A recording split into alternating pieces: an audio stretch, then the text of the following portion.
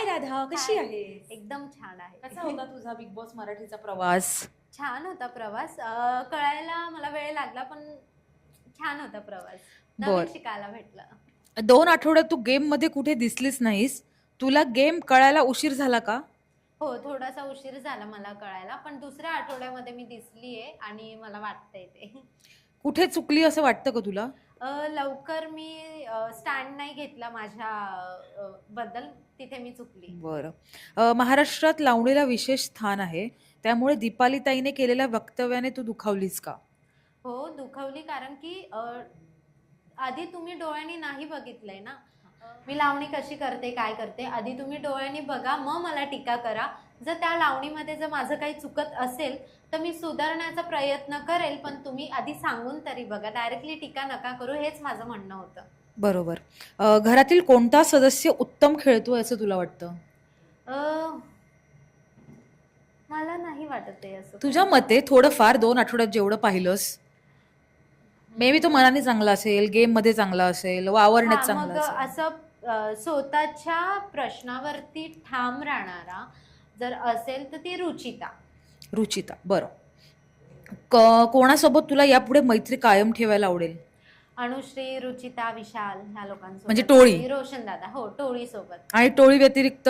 सागर दादा आणि करण.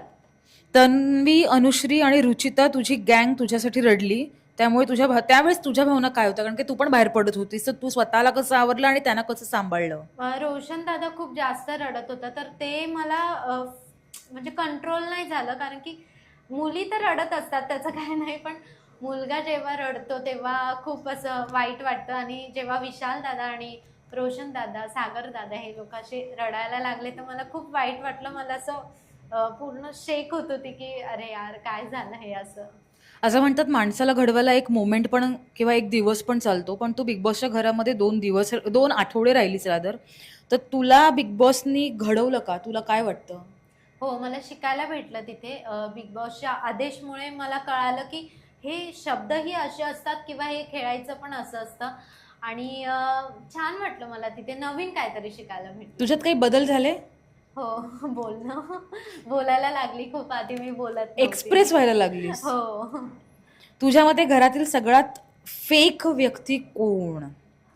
सोनाली एकदम आणि फेक आहे, आणि दीपाली ताई. सगळ्यात परखड? दीपाली ताई. परखड पण तीच? हो. बर. पण परखड असेल ती फेक नसेल ना? म्हणजे तिचं असं आहे की गेममध्ये आमच्यासोबत एकदम विरुद्ध वागणं आणि मग नंतरून आमच्याशी गोड बोलणं, म्हणून ती थोडीशी मला आवडत पण होती आणि थोडासा तिचा मला राग पण येत होता म्हणून. Okay, thank you.